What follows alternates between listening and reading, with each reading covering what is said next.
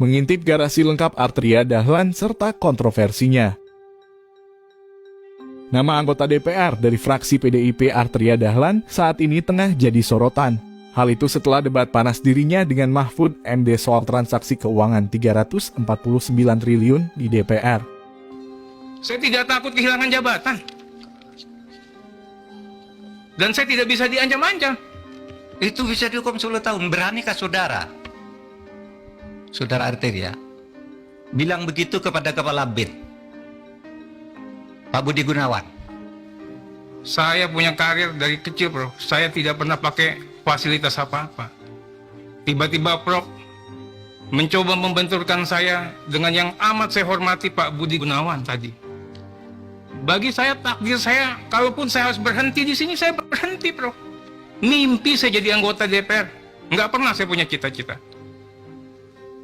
Soal debat Arteria yang juga seorang pengacara memang jago bersilat lidah. Apalagi soal pasal-pasal. Ia adalah master hukum yang sudah lama berkecimpung. Soal debat, Arteria juga pernah dinilai tidak hormat saat duduk bersama dengan guru besar Universitas Indonesia Emil Salim. Ada buku bom. Jangan, nggak, Prof nanya saya terpilih bebas korupsi atau tidak. Saya yakin. Ada laporan demokrasi for sale. Anda bisa jadi menteri karena proses politik di DPR, Pak. Jangan salah. Tunggu dulu. Demokrasi for sale. Kita dengarkan. Kasih contoh, Pak, ke yang generasi muda kita, Pak. Oke. Negara dengan baik, Kita dengarkan. dengan baik, beretika dengan baik. Nama Arteria jadi salah satu nama anggota DPR yang paling banyak dikenal, baik secara kinerja maupun kontroversinya. Soal kontroversi, 4 mobil miliknya pernah terciduk menggunakan plat nomor polisi. 5 mobil yang terparkir di gedung DPR itu diduga miliknya karena terdapat tulisan arteriadahlanlawyers.co.id. Ada juga video viral dirinya bersama sang ibu yang terlibat cekcok dengan perempuan yang mengaku istri Jenderal Tinggi TNI. Dia ngapain? Kamu yang gila. Lu yang gila. Tak hanya itu, Arteria juga beberapa kali jadi perhatian ketika interupsinya sangat keras pada saat rapat. Pada 28 Maret 2022, Arteria pernah menyebut Kementerian Agama dengan makian bangsat. Yang dicari, Pak, jangan kayak tadi Bapak lakukan inventarisasi. Pencegahannya, Pak. Ini Kementerian Agama, Pak, semuanya, Pak. Ini Kementerian Agama, Pak, semuanya, Pak. Agama, Pak, semuanya, Pak. Ini Kementerian Agama bangsat, Pak, semuanya, Pak, tuding Arteria. Di luar itu, koleksi kendaraan Arteria Dahlan juga menarik untuk disimak. Di dalam laporan harta kekayaan penyelenggara negara LHKPN yang dilaporkan Arteria pada tahun 2020, anggota Komisi 3 itu memiliki total harta yang fantastis, yakni 2 miliar rupiah. Dari total harta kekayaan tersebut, 1 miliarnya terdiri dari 9 kendaraan berupa 5 mobil dan 4 motor. Seluruh kendaraan yang dilaporkan Arteria merupakan perolehan hasil sendiri. Berikut deretan kendaraan yang ada di garasinya. 1. Mobil Nissan X-Trail 2008. Mobil Mercedes-Benz 2010. Mobil Honda CR-V 2007. Mobil Nissan Serena 2010. Mobil Honda Accord 2008. Sepeda motor Honda 2011. Sepeda motor Yamaha 2007. Sepeda motor Honda 2006, sepeda motor Yamaha X-Max 2019. Selain kendaraan, Arteria juga memiliki aset lain berupa tanah dan bangunan senilai 21 miliar rupiah. Harta bergerak lainnya senilai 685 juta rupiah. Kas dan setara kas sebesar 1 miliar lebih. Pada tahun itu ia juga melapor punya utang sebesar 4,5 miliar rupiah. Sosok 47 tahun itu mengawali karirnya sebagai pengacara. Sebelum menjadi anggota DPR dari fraksi PDIP, ia menjabat sebagai Ketua Badan Bantuan Hukum dan Advokasi Dewan Pimpinan Pusat PDIP. Jabatan itu membuatnya kerap kali menjadi pengacara untuk para kader PDIP yang bermasalah. Entah itu masalah korupsi ataupun menjadi kuasa hukum dalam sengketa pemilihan kepala daerah terutama calon yang diusung oleh PDIP. Itulah deretan kendaraan yang dimiliki anggota Komisi 3 DPR RI Arteria Dahlan.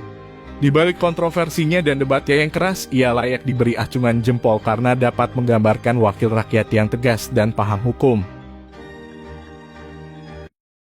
Seharusnya pada kesempatan pertama Pak Mahfud menjelaskan semua hal yang Pak Mahfud jelaskan di media terkait dengan 300 triliun itu. bukan menjawab satu persatu apa yang terjadi antara Komisi 3 dengan PPATK dalam rapat beberapa hari yang lalu, kan gitu. Itu Pak Mahfud juga pernah di DPR, kan Pak Mahfud tahu bagaimana dinamika yang terbangun dalam rapat-rapat di DPR. Sebentar, saya belum selesai. Saya kan nggak potong Pak Mahfud ngomong tadi. Saya mendengar dengan seksama apa yang disampaikan Pak Mahfud. Gantian dong, sekarang saya ngomong. Ya, saya kira kalau Pak Mahfud melakukan cara seperti yang kita dengarkan tadi, kan Pak Mahfud menjudgment teman-teman. Lepas dari itu benar salah itu nanti kita bisa uji.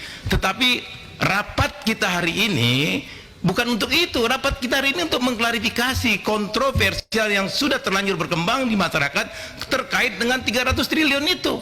Tidak satu pun poin dari awal Pak Mahfud menyampaikan penjelasan Pak Mahfud dalam rapat ini yang terkait dengan soal itu. Satu-satu Pak Mahfud mengomentari jalannya rapat antara kami dengan PPATK. Khususnya yang disampaikan oleh Terry, yang disampaikan oleh Saudara Arsul dan Saudara Beni. Ini kan jadi lari dari maksud dan tujuan rapat kita pada hari ini. Dan pimpinan juga punya kewenangan untuk menjaga lalu lintas rapat ini agar berlangsung sesuai dengan apa yang kita inginkan, gitu loh. Saya kira itu. Saya belum berkomentar terlalu jauh, tapi kira-kira rapat ini harus berjalan sesuai dengan tata tertib yang berlaku di DPR. Terima kasih Pak Mulfahri. Pak Mulfahri dan teman-teman, namanya kita mengundang rapat yang bersangkutan sebagai Ketua Komite Nasional dengan kontroversi yang ada. Tapi kalau akhirnya yang bersangkutan menjelaskan dulu dengan apa yang terjadi, dengan mengklarifikasi yang terjadi belakangan terakhir, tidak salah sebenarnya. Nanti kalau selesai dia mengklarifikasi Pak Menko, baru kita tangkepin Pak, supaya apa yang menjadi klarifikasi Pak Mahfud ini bulat. Bukan berarti nanti interupsi. Mau kapan selesai Pak? Mau 2 hari? Pak Arteria tadi udah suruh ganti saya sebagai pimpinan. Ini lagi di luar jalur. Kan kita lagi mendengarkan dulu ketua komite menjelaskan Pak, supaya terungkap. Mau rapat 7 hari nggak apa-apa, asal ungkapan dari ketua komite apa yang menjadi kontroversi ini terbuka secara publik dengan teman-teman. Nah, kiranya untuk jangan salah mengartikan, Pak Mahfud ini menyampaikan ungkapan, masa nggak dikasih ruang seorang ketua komite atas kontroversi yang ada. Ini kan permulaan. Nah, begitu ya. Nah, lanjut Pak Menko, supaya jangan ada nanti seolah-olah pimpinan tidak memberikan satu keputusan tegas. Oke Pak Mahfud, silakan Pak Mahfud. Baik, saudara, tadi kan saya sudah sampaikan. Saya akan punya 2 bagian di sini. Satu, saya menjawab pengadilan terhadap Ketua PPATK kemarin yang saya tidak bisa hadir. Bukan tidak bisa hadir, saya sudah siap hadir, tapi jadwalnya diubah. Saya bilang, keterangan saya hari ini akan ada 2 macam. Satu tentang legal standing, di mana dibilang PPATK tidak boleh melapor ke Menko, Menko tidak boleh bicara ke publik. Padahal ini yang selama ini kita gunakan untuk nangkap teroris, untuk Bagi saya, takdir saya, kalaupun saya harus berhenti di sini, saya berhenti, Prof. Mimpi saya jadi anggota DPR. Nggak pernah saya punya cita-cita. Saya tidak takut kehilangan jabatan. Dan saya tidak bisa diancam-ancam. Kalaupun hari ini nanti setelah ini pimpinan saya mengatakan Arteri berhenti, ya saya berhenti, Prof. Karena saya juga bisa terpilih. Kalau saya sendiri nggak mungkin. Itu pasti ada budi baik, tangan dinginnya pimpinan.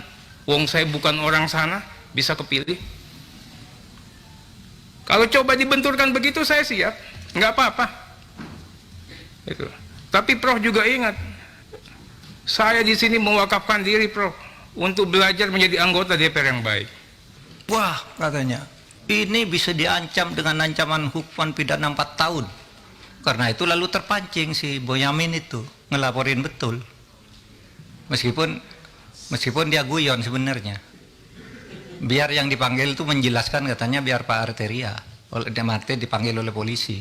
Karena ada laporan, lalu apa salahnya? Itu kata si Pak Boyamin. Begini, saudara, Apa dasarnya melapor ke ketua? Loh, saya ketua, jadi dia boleh lapor, boleh saya minta. Loh, kamu kan ke Pak Harto, ke Pak Presiden, kenapa lapor ketua? Ya memang kenapa saya ketua diangkat oleh Presiden, ada SK-nya. Terus untuk apa ada ketua, ada komite?